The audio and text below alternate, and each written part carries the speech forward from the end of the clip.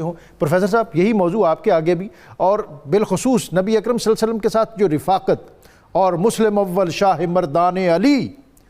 عشق را سرمایہ ایمان علی. جناب بسم اللہ الرحمن الرحیم. ابھی جو گفتگو ڈاکٹر صاحب ہوئی کہ حضرت علی رضی اللہ تعالیٰ عنہ نے جب آنکھ کھولی ہے تو چہرہ مصطفیٰ کی صلی اللہ علیہ وسلم زیارت کی ہے پہلی. میں ایک حدیث پیش کرنا چاہتا ہوں، کنز المال میں یہ 36,476 نمبر حدیث ہے، جس میں نبی اکرم صلی اللہ علیہ وآلہ وسلم نے ارشاد فرمایا، حضرت علی رضی اللہ تعالیٰ عنہ سے مخاطب ہو کہ آپ نے فرمایا، یا علیو انی سألتو ربی عز وجل فیکا 5 خصال فآتانی. علی، میں نے اپنے رب سے تیرے بارے میں 5 باتیں مانگی ہیں اور اللہ نے وہ مجھے عطا کر دی ہیں. ان میں جو پہلی بات ہے وہ یہ ہے، میں نے اللہ سے یہ سوال کیا، ان تنشق الارض انی وانفض التراب عن راسی وانت مائی. میں نے یہ بات اللہ سے عرض کی کہ جب میں زمین سے نکلوں اور اپنے سر سے گرد کو دھول کو جھاڑوں تو پروردگارہ علی میرے ساتھ ہو. سبحان اللہ. اب یہ جو پہلی بات آپ صلی اللہ علیہ وسلم نے مانگی ہے، اس میں اگر آپ دیکھیں تو حضور سید عالم صلی اللہ علیہ وسلم کے قبر انور سے نکلتے ہی آپ جس کا چہرہ دیکھنے کی خواہش کر رہے ہیں وہ علی مرتضیٰ رضی اللہ تعالیٰ عنہ. ایک وہ نظر ہے جو حضرت علی رضی اللہ تعالیٰ عنہ کی آنکھ کھلتی ہے تو پہلا دیدار حضور کے چہرے کا ہے. یہاں سرکار دو عالم صلی اللہ علیہ وسلم یہ خواہش کر رہے ہیں کہ جب میں قبر سے باہر نکلوں تو جس چہرے کی میں پہلے زیارت کروں وہ علی مرتضیٰ رضی اللہ تعالیٰ عنہ کا ہو. جو شعر آپ نے ابھی علامہ اقبال کا پڑھا، مسلم اول شاہ مرداں علی، عشق را سرمایہ ایمان علی، اسی کے آگے علامہ اقبال 1-2 شعر کے فاصلے پہ یہ بھی کہتے ہیں کہ از رخ او فال پیغمبر گرفت، واہ واہ، ملت حق از شکوہش فر گرفت. واہ. یہاں پر وہ کہتے ہیں کہ علی کا تو چہرہ وہ ہے کہ جس کو دیکھ کر پیغمبر اکرم نیک فال لیا کرتے تھے. واہ. یعنی حضور سید عالم صلی اللہ علیہ وسلم کے لیے علی کا چہرہ یہ اتنا متبرک ہے کہ نیک فال حاصل کرتے ہیں. میں واپس اس حدیث کی طرف اور اس سے ایک اور مثال بھی یا اس سے نتیجہ اخذ کرتے تھے کہ ہم یہ بھی دیکھ لیتے تھے کہ ذکر علی سے کس کے چہرے کا رنگ متغیر ہوتا ہے. ذکر علی سے کس کے چہرے کا رنگ متغیر ہوتا ہے. میں اس پہ بھی آ جاتا ہوں. پہلے میں یہ عرض کر لوں، یہ جو حدیث میں مکمل کرنا چاہتا ہوں کہ آپ صلی اللہ علیہ وسلم نے جو 5 باتیں اللہ سے مانگی ہیں، ان میں پہلی بات تو یہی تھی کہ جب میں قبر انور سے نکلوں تو پہلے میرے ساتھ علی ہو، میرے ساتھ ہو. دوسری بات آپ صلی اللہ علیہ وسلم کہتے ہیں کہ میں نے اللہ سے سوال کیا کہ پروردگارہ جب میں میزان کے پاس کھڑا ہوں تو اس وقت علی میرے ساتھ ہونا چاہیے. سبحان اللہ. اللہ نے مجھے یہ بھی عطا کر دیا. پھر میں نے تیسرا سوال اللہ سے کیا، ان یجعلک حامل اللوائی،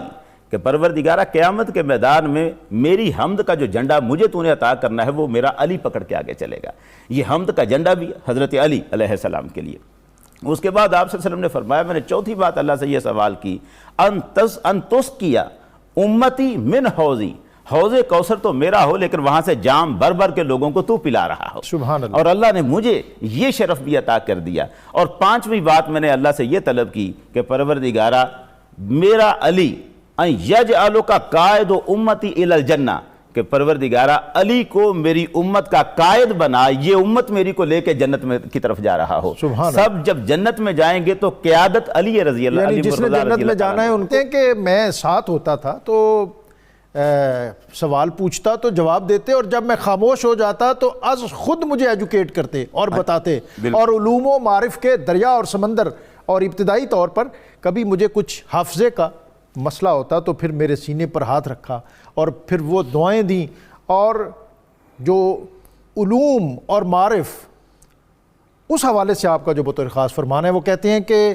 نبی اکرم صلی اللہ علیہ وسلم جب دنیا سے تشریف لے جا رہے تھے تو لحد انور سے آخری آدمی جو نکلا اور آپ کے چشمان مبارک میں پانی کے چند قطرے تھے، وہ میں نے زبان سے اپنے حلق میں اتارے، اور اس کے بعد میرے سینے میں جو علوم و معارف کے دریا ٹھاٹھے مارنے لگے، اس کا بیان نہیں. پروفیسر صاحب، یہی بات میں آپ کے آگے بھی رکھتا ہوں، اور آپ کا علوم اور آپ نے بطور خاص فرمایا کہ رضینا قسمت الجبار فینا لنا علم وللجہال مالو،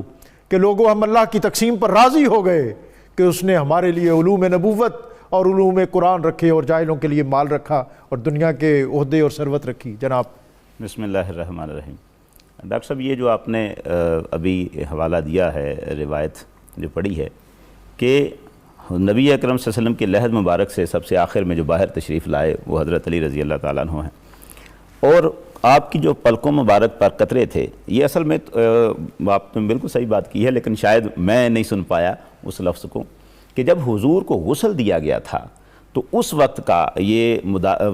شیخ عبدالحق محدث دہلوی رحمۃ اللہ علیہ نے لکھا ہے کہ چون غسل دادا شد حضرت صلی اللہ علیہ وسلم آب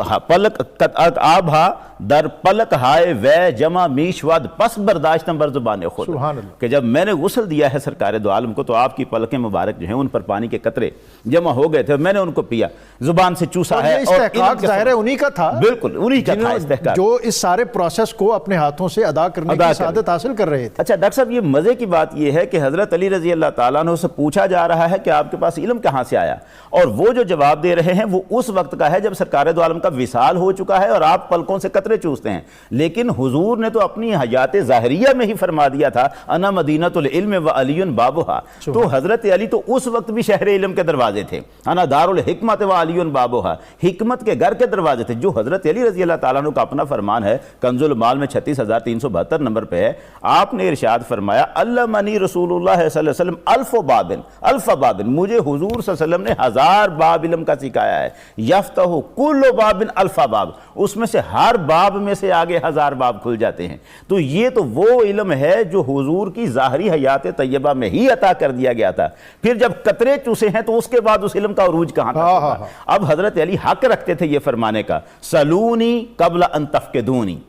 مجھ سے پوچھو اس سے پہلے کہ تم مجھے نہ پاؤ، سلونی اما دون العرش، مجھ سے پوچھو عرش کے نیچے ہر چیز کی میں خبر دوں گا، یہ حق رکھتے تھے۔ اور امام شافعی رحمۃ اللہ علیہ حق بجانب ہے یہ کہنے میں کہ حضور کے بعد حضرت علی کے علاوہ دوسرا کوئی نہیں ہے جو سلونی کہہ سکا ہو ممبر پہ کھڑا ہو کے، تو آپ کا جو مقام علمی ہے یہی وجہ ہے کہ علم کی اس معراج پر تھے آپ کہ ہر غلط آپ کی نظر میں غلط تھا، ہر درست آپ کے ساتھ آپ کے سامنے حق تھا۔ یہاں سرکار دو عالم صلی اللہ علیہ وسلم کا وہ ارشاد ہے جسے کنز المال میں 12031 نمبر حدیث پر لکھا گیا، وہاں فرماتے ہیں نبی اکرم صلی اللہ علیہ وسلم کا ارشاد یہ ہے علی مع الحق او الحق مع علی حیث کانا، حق علی کے ساتھ ہے، علی حق کے ساتھ ہے جہاں بھی ہو۔ لیکن ترمذی شریف میں بڑے خوبصورت لفظ آئے ہیں 3714 نمبر حدیث پر، وہاں لکھتے ہیں کہ سرکار دو عالم صلی اللہ علیہ وسلم نے ارشاد فرمایا کہ حضرت علی رضی اللہ تعالیٰ عنہ کی شان کو آپ نے بیان کرتے ہوئے فرمایا رحم اللہ علی، اللہ تعالیٰ علی پر رحم فرمائے، اللہم ادر الحق کا حیث دارا، پروردگارہ حق کو اس طرف پھیر دے جدھر علی پھر جائے۔ یہاں بڑا خاص نقطہ یہ ہے کہ یہ نہیں فرمایا کہ پروردگارہ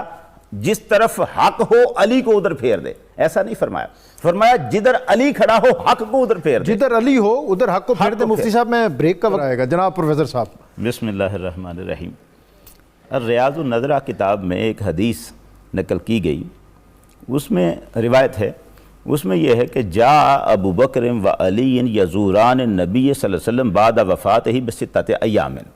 حضور سید عالم صلی اللہ علیہ وسلم کا وصال ہو چکا تھا، آپ کے وصال کے 6 دن کے بعد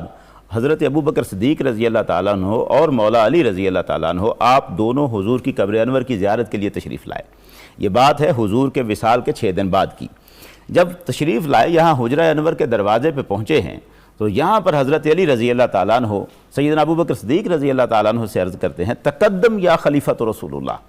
اے رسول اللہ کے خلیفہ آپ آگے بڑھیے۔ اب یہ 6 دن بعد کی بات ہے، یہ بڑا عجیب سا سوال ہوتا ہے کہ حضرت ابو بکر صدیق رضی اللہ تعالیٰ عنہ کے دست مبارک پر حضرت علی نے 6 مہینے تک بیعت نہیں کی تھی، یہاں 6 دن کے بعد وہ فرما رہے ہیں تقدم یا خلیفۃ رسول اللہ، اے رسول اللہ کے خلیفہ آپ آگے بڑھیے۔ حضرت ابو بکر صدیق رضی اللہ تعالیٰ عنہ اس کے جواب میں جو بات ارشاد فرماتے ہیں وہ کمال درجے کی۔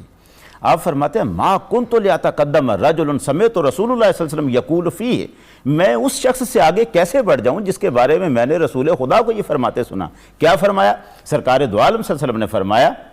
علی منی بمنزلتی من ربی، علی کا میرے نزدیک وہی مقام ہے جو مجھ محمد کا اپنے رب کے نزدیک مقام ہے۔ واہ واہ، اب آپ یہ اندازہ کریں، یہ وہ روایت ہے جس کے راوی سیدنا ابو بکر صدیق رضی اللہ تعالیٰ عنہ وہ فرما رہے ہیں کہ حضور نے یہ ارشاد فرمایا ہے کہ علی کا میرے نزدیک مقام۔ اب علی کا میرے نزدیک مقام وہ ہے جو محمد کا میرا اللہ کے میرے رب کے نزدیک جو مقام ہے۔ حضور سید عالم صلی اللہ علیہ وسلم کا رب کے نزدیک جو مقام ہے اس میں تو تیسرا فرد داخل ہی نہیں ہو سکتا. یعنی محبوبیت کبریٰ کا جو اعزاز سرکار دو عالم صلی اللہ علیہ وسلم کو حاصل ہے اللہ کے نزدیک، یہاں تو تیسرا کوئی بندہ آ ہی نہیں سکتا. اگر یہی مرتبہ حضرت علی کو حضور کے پاس حاصل ہے تو اس کا مطلب یہ ہے کہ نبی اکرم صلی اللہ علیہ وسلم کو اس کائنات میں علی سے بڑھ کر کسی سے محبت نہیں ہے. سبحان اللہ. یہی وہ بات ہے کہ جو حضرت علی رضی اللہ تعالیٰ عنہ محسوس کرتے ہیں کہ سرکار دو عالم صلی اللہ علیہ وسلم میری طرف خاص نظر عنایت فرماتے ہیں.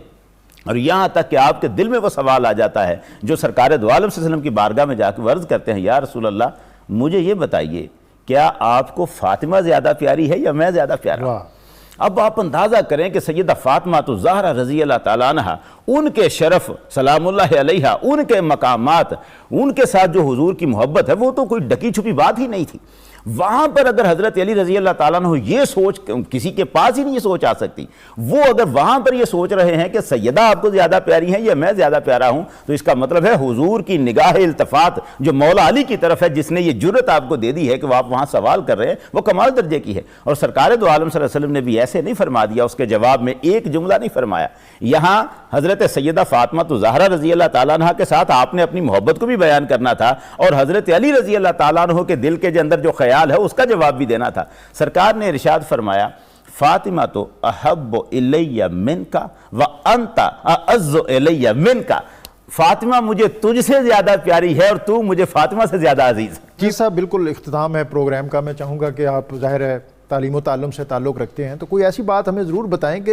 یقیناً حضرت علی المرتضیٰ کرم اللہ تعالیٰ وجہ الکریم آپ کو علوم و معارف کے حوالے سے ایک استثنائی صورت میسر تھی، اور جیسا مفتی صاحب نے اس پر تفصیلاً ہمیں بتایا بھی کہ براہ راست ڈائریکٹ آپ سورس جو تھا آپ کا منبع اور مصدر نبی اکرم سے. آج ہم کس طرح آپ کے علوم و معارف کی روشنی میں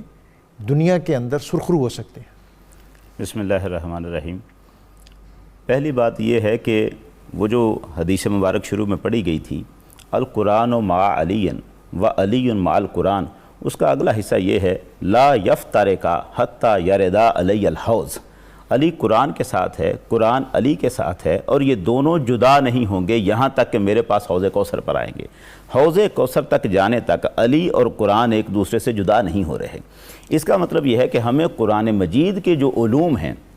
ان کو حاصل کرنے کے لیے مولا علی رضی اللہ تعالیٰ عنہ کی رہنمائی درکار ہوگی. ہمیں حضرت علی رضی اللہ تعالیٰ عنہ سے محبت بھی کرنی ہوگی، اور آپ کی سیرت کو بھی پڑھنا ہوگا، آپ کے ارشادات کو بھی پڑھنا ہوگا. آپ کے ان ارشادات اور تعلیمات کی روشنی میں اگر ہم قرآن مجید کا فہم حاصل کرنے کی کوشش کریں گے تو یقیناً ہم دنیا کو بتا سکیں گے کہ ہم ہی وہ ہیں جو علم کے وارث ہیں، جو انبیاء کے وارث ہیں. خیر الکلام